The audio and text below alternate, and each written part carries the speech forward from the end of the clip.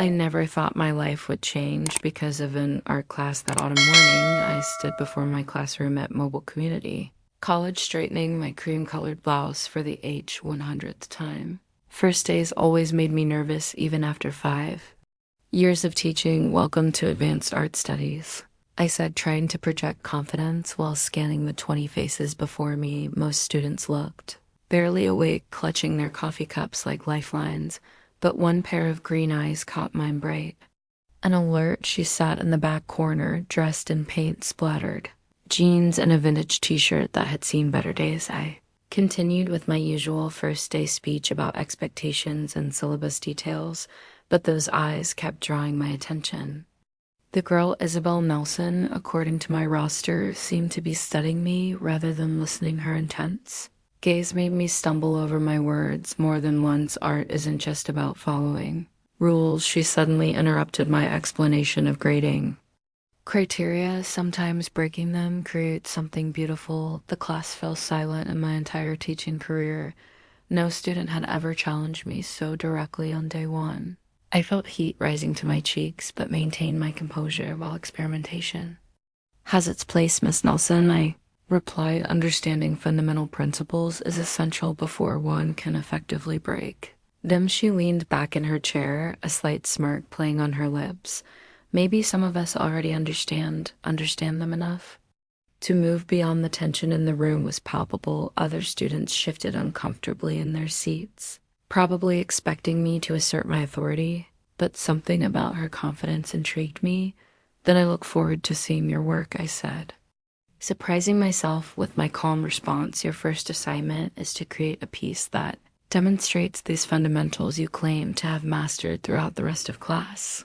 I noticed how other students seemed drawn to her. She had that magnetic quality some people possess naturally. When she spoke about her previous art projects, even the sleepiest students perked up after class. While gathering my materials, I caught her lingering by her easel. She was adding finishing touches to a quick sketch she'd done during lecture, my portrait captured with just a few bold strokes. The resemblance was striking, but she'd somehow made me look more alive than I felt. That's quite impressive, I admitted, approaching her easel. Just warming up, Miss Mitchell, she replied without looking up. I have a feeling this semester will be interesting, as she packed up her supplies and headed for the door. I couldn't shake the feeling that she was right. Something about her challenged everything I thought I knew about teaching, about art, about myself. Walking to my car later that afternoon, I found myself thinking about those green eyes and that confident smirk. It was unprofessional, I knew, to let one student occupy so much of my thoughts, but there was something about Isabel Nelson that made me question my carefully constructed world of rules and expectations. I told myself it was just the usual first day jitters making me overthink everything, but deep down I knew this semester would be different. What I didn't know was just how much my life was about to change that night, preparing for the next day's classes. One caught myself sketching those green eyes in the margin of my lesson plan. I quickly erased them, but the image stayed in my mind. Faith Mitchell, I scolded myself, you're in dangerous territory. But sometimes the most dangerous territories hold the most beautiful discoveries. Weekends were my sanctuary. After a challenging first week dealing with Isabel's constant challenges to my teaching methods, I needed my favorite lakeside spot more than ever. The autumn air was crisp as I set up my easel near the water's edge, hoping to capture the morning light dancing across Mobile Bay. I had just started mixing colors when I heard footsteps crunching through fallen leaves. My peaceful morning shattered as I recognized that confident stride of all the painting spots around Mobile. She had to choose this one. Miss Mitchell, Isabel's voice carried a hint of amusement. I didn't expect to find you here. I kept my eyes fixed on my palette. This is public property, Miss Nelson. Anyone can paint here. Mind if I join you? The light's perfect from this angle. Without waiting for my response, she set up her supplies nearby, close enough for conversation, but far enough to maintain propriety. The silence between us felt different outside the classroom here. Surrounded by nature's canvas, our shared appreciation for art seemed to override our differences. I found myself stealing glances at her work, bold, energetic strokes that captured not just the scene, but its essence. Your technique is. I paused, searching for the right words, unconventional but effective. She smiled without looking up. Sometimes life's best moments come from breaking patterns. Don't you think our conversation flowed easier than I expected? We discussed favorite artists, debated techniques, and shared stories about what drew us to art in the warmth of the morning sun. I forgot she was my student. Why do you always play it so safe? She asked, suddenly gesturing at my careful brush strokes. You have talent, but you're trapped in your own rules. Her words stung because they held truth. Structure provides foundation. I defended without it. Art becomes chaos or it becomes free. She stepped closer, examining my painting. Look here, where you let go a little, that's where the real beauty shows. Her presence beside me sent unexpected shivers down my spine. The scent of her lavender shampoo mixed with oil paints created an intoxicating combination. I tried desperately to ignore. You smell like turpentine, I said, attempting to break the tension. She laughed, a sound that seemed to echo across the water. And you smell like propriety and proper technique. As morning turned to afternoon, our paintings took different paths. Mine remained controlled, methodical. Hers exploded with color and emotion, yet somehow they captured the same scene in complementary ways. We should do this again, she suggested as we packed up. Same time next weekend. I knew I should decline meeting a student outside. Class crossed professional boundaries, but something about our morning together felt right, like finding a missing piece of myself. Perhaps, I replied, non-committed, though we both knew I'd be there. Driving home, I couldn't stop thinking about how she challenged my artistic perspective. Her words about breaking patterns echoed in my mind. The rational part of me knew I should maintain professional distance, but another part yearned for more conversations by the lake that evening, preparing next week's lessons. I found myself incorporating some of her ideas. Perhaps there was room for both structure and freedom, rules and rebellion, just as there was room for both of us by the lake. I told myself these weekend painting sessions were purely about art, but as I fell asleep that night, it wasn't the landscapes I dreamed about. It was green eyes and paint-stained hands and the sound of laughter carrying across water. Our lakeside meetings became an unspoken routine. Each Saturday morning, I'd arrive to find Isabel already there, her easel set up in what we now called her spot. The autumn weeks flew by, marked by the gradually changing colors of leaves. In our evolving conversations, I noticed small changes in myself. My classroom lectures became less rigid. My paintings showed touches of spontaneity. Even my usually pristine blouses sometimes had paint smudges, evidence of my loosening grip on perfect control. You're different when you're here, Isabel observed one morning as I experimented with a particularly bold color combination. More real teaching requires a certain person, I replied, focusing intently on my canvas to avoid her penetrating gaze. Does it require hiding who you are? Her question hung in the crisp air between us.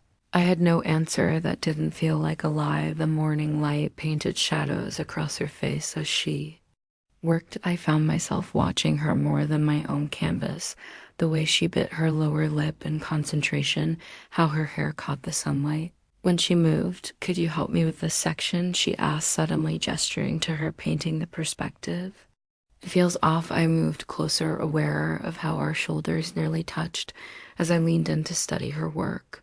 Try softening these lines, I suggested, reaching for her brush. Our fingers met as I took it, sending an unexpected jolt through my body. For a moment, neither of us moved. The brush stayed suspended between us, a bridge connecting our hands. Sorry, I mumbled, pulling back quickly, but the warmth of her touch lingered on my skin.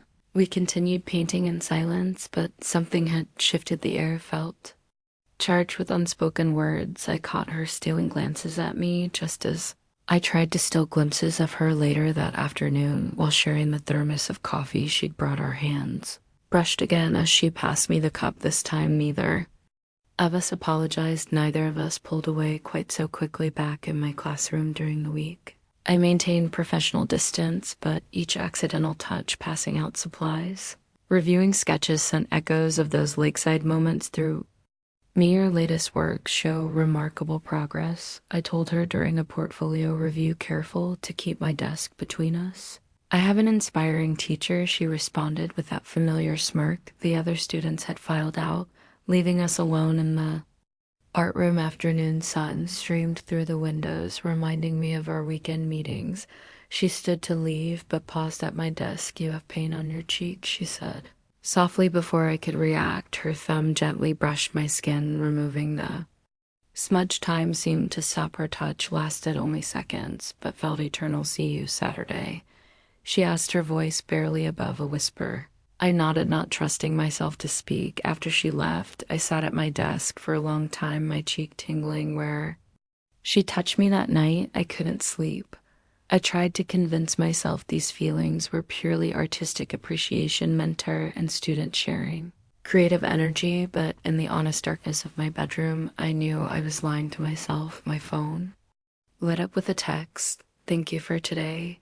Your guidance means everything. I stared at her message, my thumb hovering over the reply button. Finally, I typed, you're talented. I'm just helping you see it. Her response came quickly. You helped me see lots of things. I put my phone away without answering, but sleep remained elusive in the quiet hour.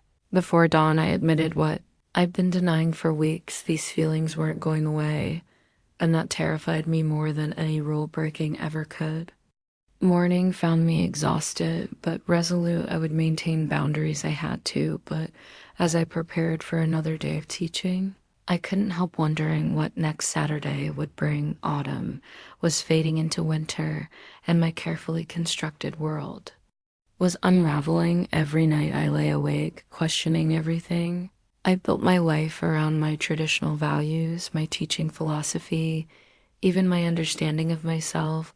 All seemed to shift like sand beneath my feet.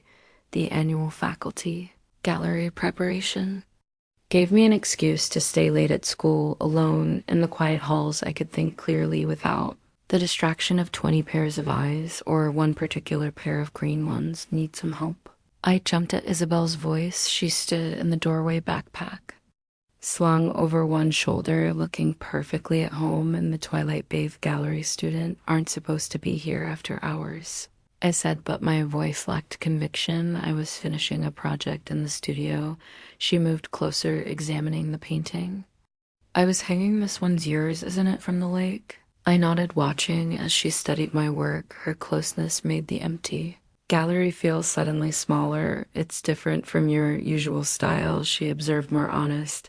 What do you mean by that? She turned to face me. Your other works are technically perfect, but this one has soul. It shows who you really are and who I am. I miss Nelson. The question came out barely above a whisper, someone afraid to admit what she wants.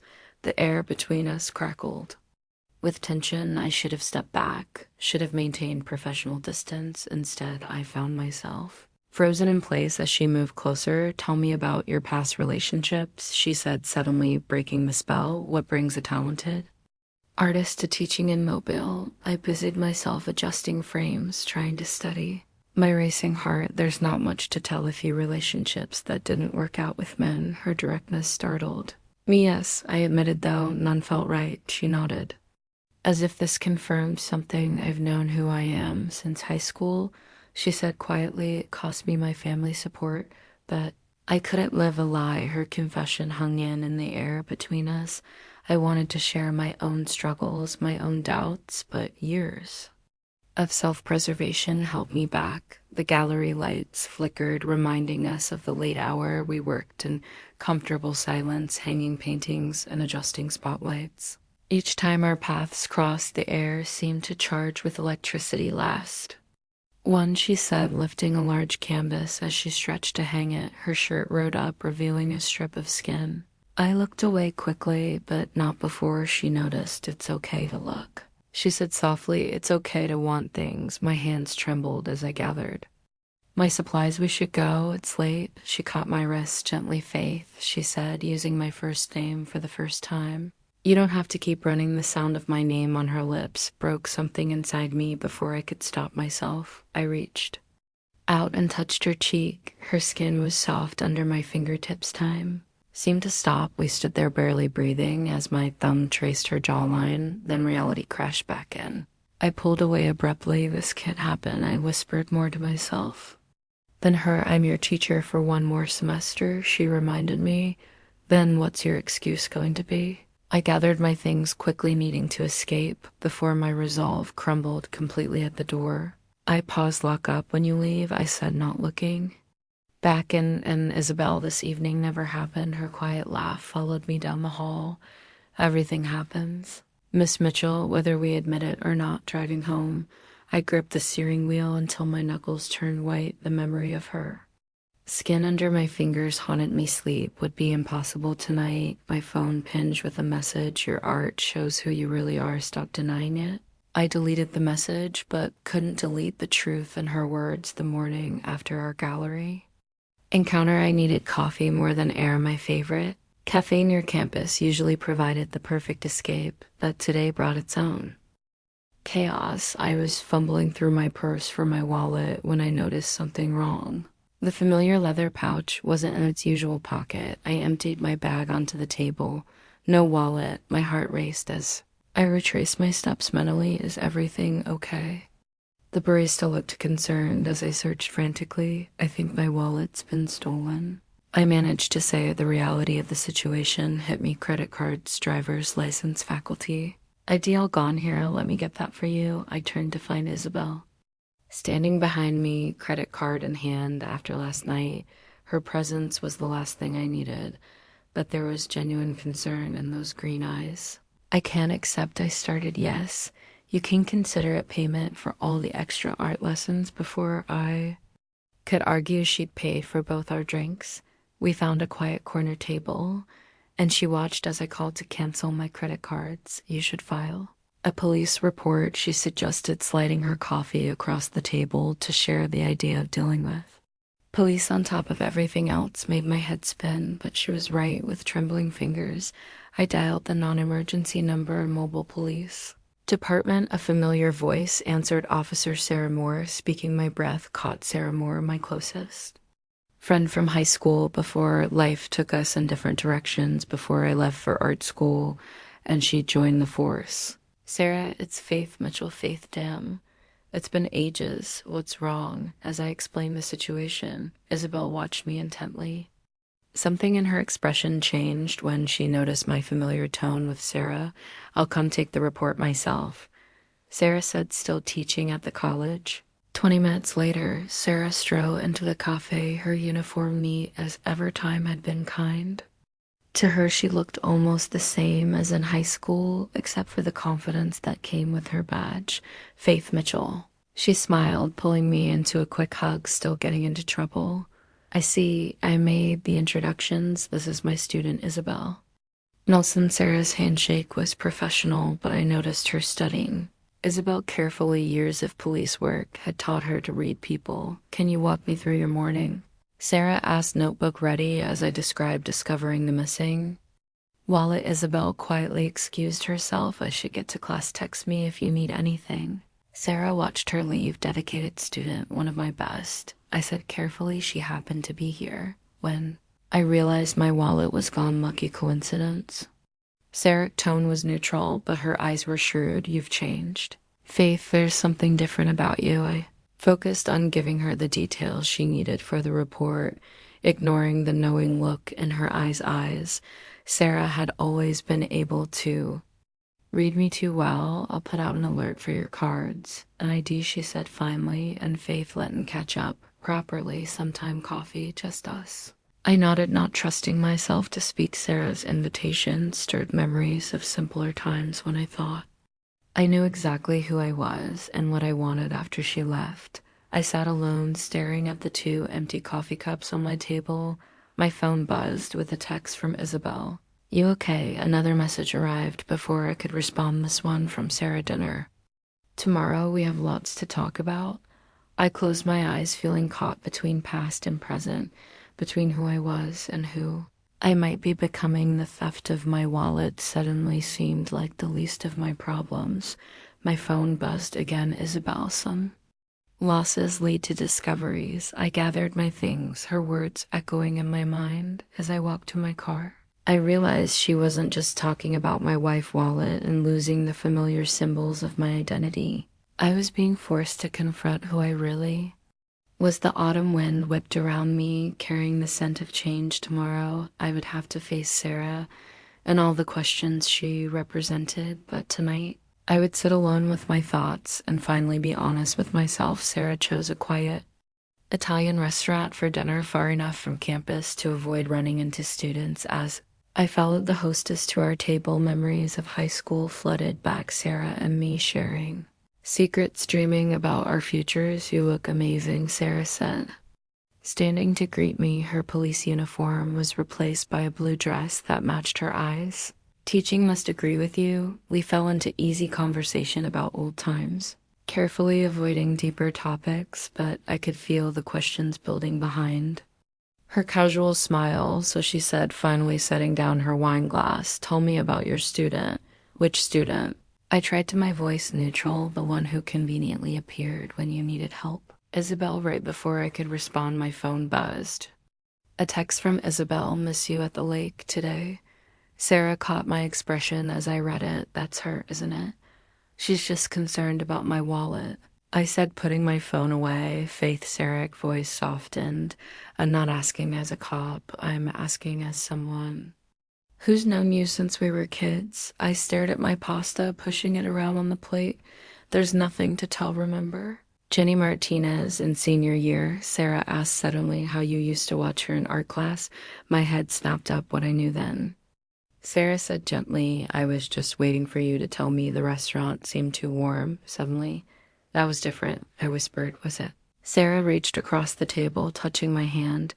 "Faith, you don't have to hide anymore." Her touch was gentle, caring, but it didn't send electricity through my body like Isabel's did. The comparison made me pull away. "I should go," I said, reaching for my purse. "Have dinner with me again tomorrow." Sarah said quickly, "Please." I hesitated. Sarah represented safety, acceptance, a life that would make sense to everyone else, but her touch hadn't made my heart race. The next morning, Isabel was already in her usual seat when I entered the classroom. Her eyes followed me as I set up for class, their intensity making fumble with my materials. "Today, we'll discuss emotion and art." I began avoiding her gaze. "How certain pieces make us feel like desire." Isabella interrupted. Other students looked between us, sensing tension. "That's one emotion I manage, but we'll focus on less." Personal examples throughout class. One felt her watching me when students paired up for an exercise. She deliberately chose a partner across the room after class. She lingered behind Officer Moore. "Seems nice," she said casually. "I saw you having dinner together." "Check, an old friend," I replied, gathering my papers. "Just a friend." Her voice carried an edge I'd never heard before. "That's not your concern, Miss Nelson." She moved closer, her voice dropping. "Everything about you is my concern." The art supply room suddenly felt too small, paper copies forgotten in my hands. I backed away until I hit the shelves. "This has to stop," I whispered, but my body betrayed me, leaning toward her. "Make me," she challenged softly, "for one dangerous moment." I almost did. Then footsteps in the hallway broke the spell. We jumped apart as another teacher passed by the open door. "I have plans with Sarah tonight," I said, more to convince myself than her. Isabel's eyes flashed, playing it safe again. "Miss Mitchell." She grabbed her bag and headed for the door, then paused. "Just remember, safety isn't the same as happiness." That evening, staring at my phone with Sarah's dinner invitation blinking on the screen, I realized Isabel was right. I had spent my whole life choosing safe options. The real question was I ready to stop opening my faculty mailbox? That Monday morning, a cream-colored envelope fell into my hands. No return address, just my name and elegant handwriting inside. I found a carefully folded note. "Your eyes hold galaxies. When you talk about art." My heart raced as I quickly tucked the note into my pocket. Throughout the week, more appeared, each more poetic than the last. "Your smile breaks dawn across my darkness. Your voice paints colors in the air." I knew who they were from the same hand that crafted bold Strokes across canvas, now crafted words that made my pulse quicken. Any leads on your wallet? Sarah asked, stopping by my classroom during lunch. She'd been checking in daily, bringing coffee and lingering longer than necessary. Nothing yet. I replied, conscious of the latest note burning in my desk drawer. Listen, she hesitated. There's a department dinner this weekend. Would you, Miss Mitchell? Isabel's voice cut through the invitation. She stood in the doorway, portfolio in hand, about my project. Sarah's expression hardened slightly. I'll catch you later, Faith, after she left. Isabel didn't move from the doorway. She's not right for you. You need to stop, I said, but my voice lacked conviction. The notes, the looks, all of it made me stop. She challenged, moving closer. Tell me you don't feel this too before. I could respond. Footsteps approached. Dean Thompson appeared, his timing impeccable as always. Faith, got a minute? We've received some concerns about your teaching methods. My stomach dropped. In his hand was a file folder. I recognized it as my semester review.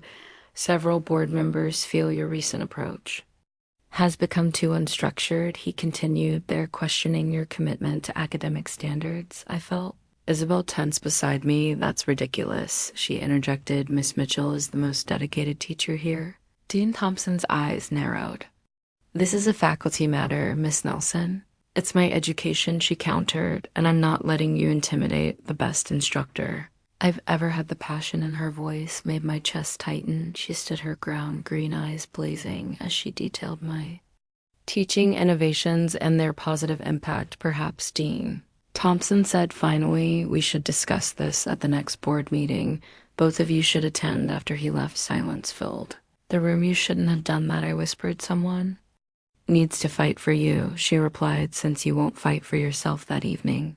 I found another note in my bag. Your courage sleeps beneath your fear. Let it wake the next day. Snippets of whispered conversations reached my ears. Glances followed me through the hallways. Someone had seen something, said something. Sarah caught me after classes. People are talking, Faith, about you, and be careful. But for the first time, others' opinions didn't terrify me as much as they should. Isabel's words about courage echoed in my mind. That night, I wrote my own note. Thank you for seeing me. I never delivered it. Instead, I tucked it away with the others, a secret collection of truths I wasn't ready to speak aloud.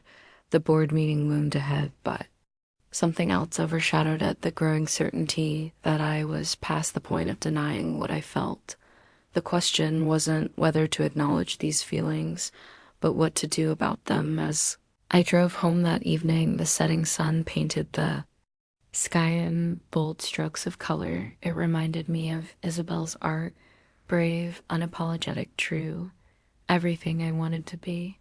I pulled over, watching the colors fade into dusk. Another note had appeared in my pocket. Somehow, some risks are worth taking. For the first time, I allowed myself to believe it might be true.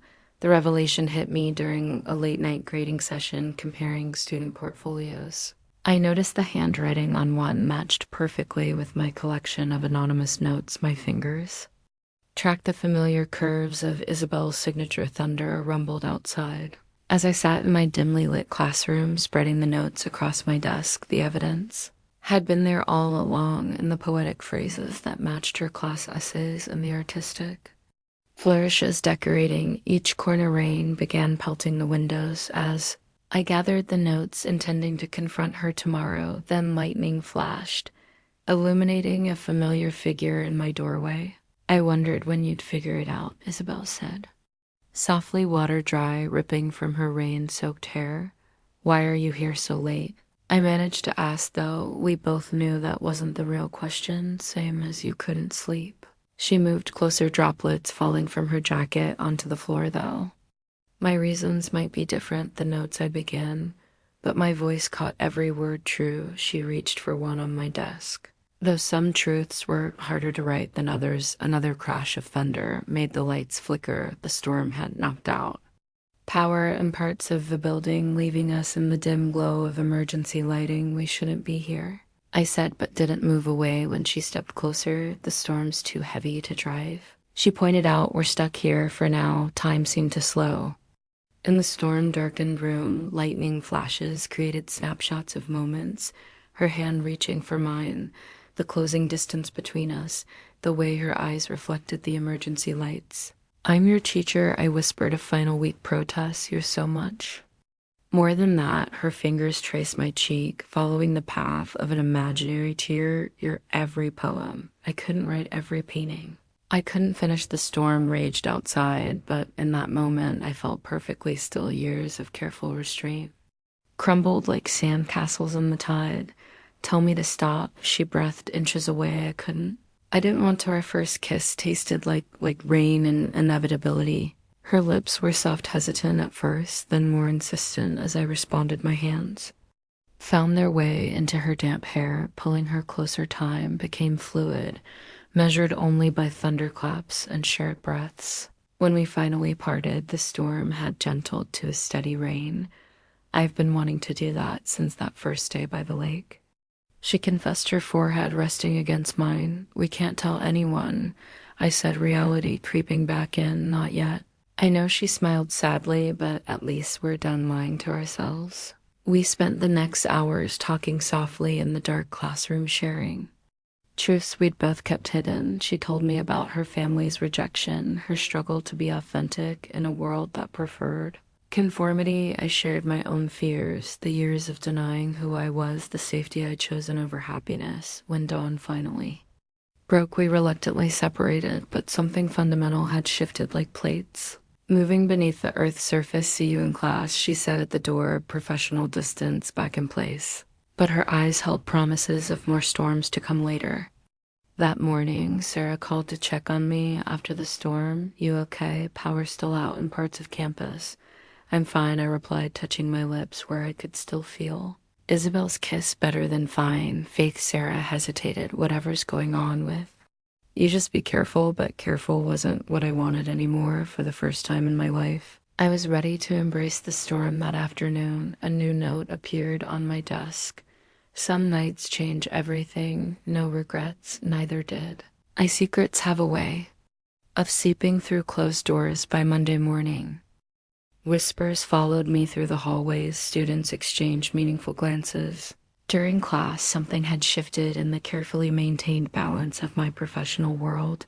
"Did you hear about Miss Mitchell?" The whispered fragments reached my ears between classes. "She was seen with." I kept my head high, trying to ignore the conversations that died when I walked past, but inside my stomach churned with each meaningful look, each hastily averted gaze.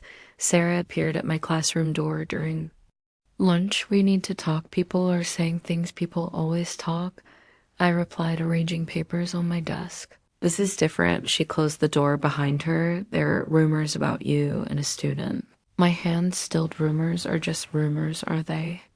Sarah's voice, soft. "Faith, I'm trying to help your career." "I don't need help," I cut her off. "I need people to end their own business." A knock interrupted us. Isabel stood in the doorway, her face carefully neutral. "Sorry to interrupt. Dean Thompson wants to see you, Miss Mitchell." The walk to the dean's office felt endless. Students parted before me like waves there, whispers following in my wake. Isabel had disappeared, but I could feel her presence somewhere nearby, watching. "Faith, Dean Thompson gestured to a chair. "Serious allegations have been brought to my attention." I sat straight back, hands folded in my lap. "What?" Allegations. Inappropriate conduct with a student." He slid a manila folder across his desk. "Several witnesses report concerning behavior." My throat tightened. "I maintain professional relationships with all my students. Nevertheless," he continued, "the board feels it would be best if you took a leave of absence while we investigate." "That's not necessary," I started, but he held up his hand. "It's not a request. Faith, pack your things today." Walking back to my classroom, I felt numb. Years of careful career building crumbling like sand castles in the tide. I found Isabel waiting in my classroom. I heard she said simply this could ruin everything. I whispered, "My career, my life, let me help." She moved closer. "We can fight this together." "No." I stepped back. "That would only make things worse than hiding, than denying who you are." Her words hit home, but before I could respond, Sarah appeared again. "Faith," she said urgently, "the board's calling an emergency meeting. They're talking about termination." Isabel's face hardened. They can't do that without proof. They can do whatever they want. I said tiredly, it's their word against. Ours, then let me speak to them. Isabel insisted. I won't let them destroy you over this. This isn't your battle. I told her firmly everything about you is my battle. She replied, echoing words from weeks ago. Sarah watched our exchange, understanding. Dawning in her eyes, the rumors are true. Aren't they? I couldn't answer, but my silence said enough that afternoon, packing my desk. While whispers continued in the hallway, I found another note. Some things are worth fighting for, but as I placed my belongings in boxes, I wondered what would be left to fight for when the dust settled. Sarah, help me carry things to my car. Whatever happens, she said quietly. I've got your back. In my rearview mirror, I caught a glimpse of Isabel watching from a window. Her expression held determination that both thrilled and terrified me. That night, alone in my apartment, my phone lit up with messages of support from a few colleagues, condemnation from others, but the one message that mattered most: simply, read, this isn't over, trust me. I did trust her. That was what scared me most of all. The transfer request form sat on my kitchen table, mocking me. A teaching position had opened at a community college in Birmingham, far enough from MOBA to escape. The whispers close enough to start fresh. Sarah had brought me the application along with takeout, Chinese food, and worried glances. It's a good opportunity, she said, picking at her low man, a clean slate. I stared at the form, thinking about all I'd be leaving behind: my students, my carefully built reputation, my favorite lakeside spot. A knock at the door interrupted my thoughts. Isabel stood there, clutching a large envelope. I got it, she announced, brushing past me into the apartment. The Mobile Arts Fellowship, the prestigious local grant, would fund an artist's work for a full year. That's amazing, I said, genuinely proud despite everything. I'm staying in Mobile, she said pointedly, eyeing the transfer form on my table. Running away isn't the answer. I'm not running, I protested. I'm being practical. Since when has practical made you happy? Sarah cleared her throat. I should go think about the transfer faith. After she left, Isabel and I stood in uncomfortable silence. Where you going? To tell me, she finally asked. I haven't decided anything yet. She moved closer, her presence filling my small kitchen. You're considering leaving because you're scared. I'm considering leaving because I have to. I corrected, my career here is over only if you let it be. She pulled out a chair, sat down. I've been talking to other students, many of them support. Your support doesn't change facts. I crossed the line. The only line you crossed was being true to yourself. She reached for my hand. Stay and fight. I pulled away, moving to the window. The city lights blurred through unshed tears. It's not that simple. It could be. She followed me, her reflection appearing beside mine in the glass. The fellowship means I won't be your student anymore. My heart skipped. I hadn't considered that angle. We could wait, she continued. Do things properly, but only if you stay. And what about my reputation? My career? Build a new one on your terms. This time I turned to face her. Why are you fighting so hard? For this, because someone needs to fight for us. She touched my cheek gently. And because I love you. The words hung in the air between us, honest and terrifying and beautiful. You don't have to say it back, she added quickly. Just don't leave my phone. Buzzed another message from Sarah about the for deadline, but looking at Isabel, I realized something. Every major decision in my life had been made from fear of judgment, fear of failure, fear of being different. The fellowship starts in January, I asked. She nodded, hope flickering in her eyes. That's 2 months away.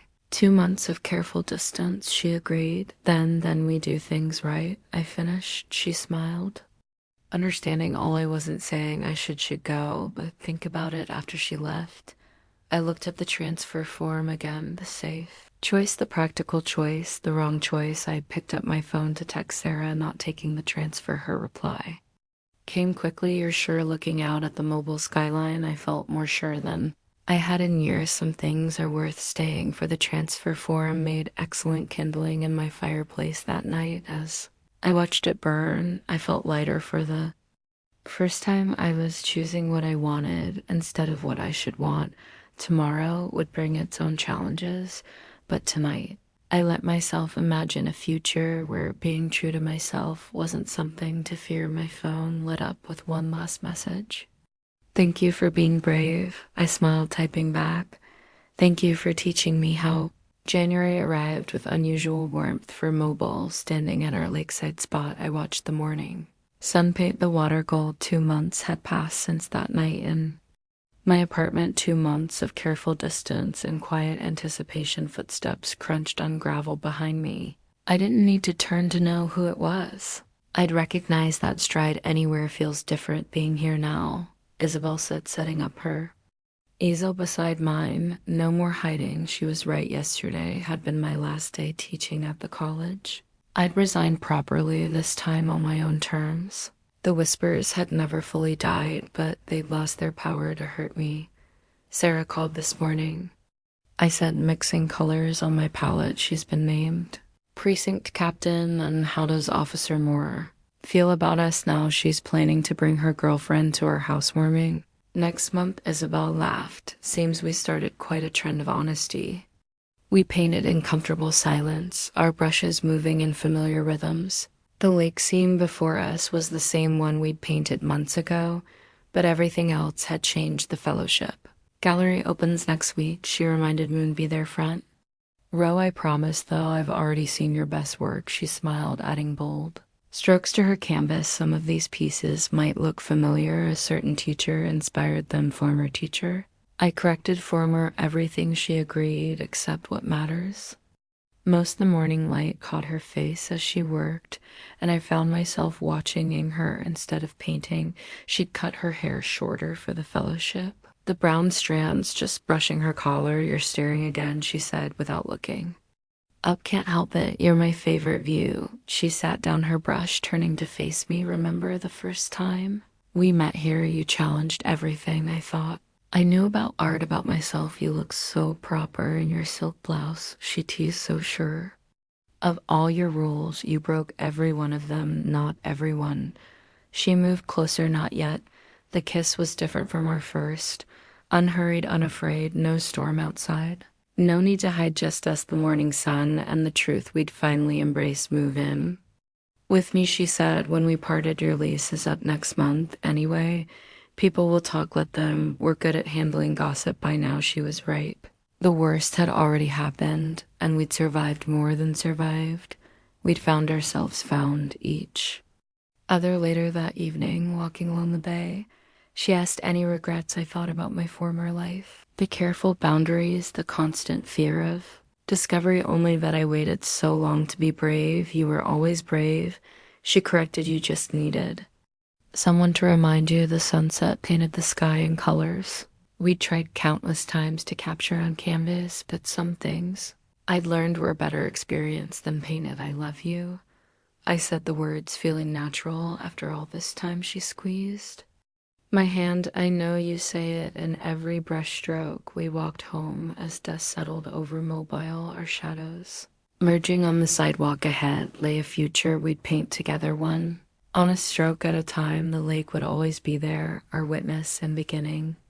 But now we have the whole world as our canvas, and love as our boldest color. End of story.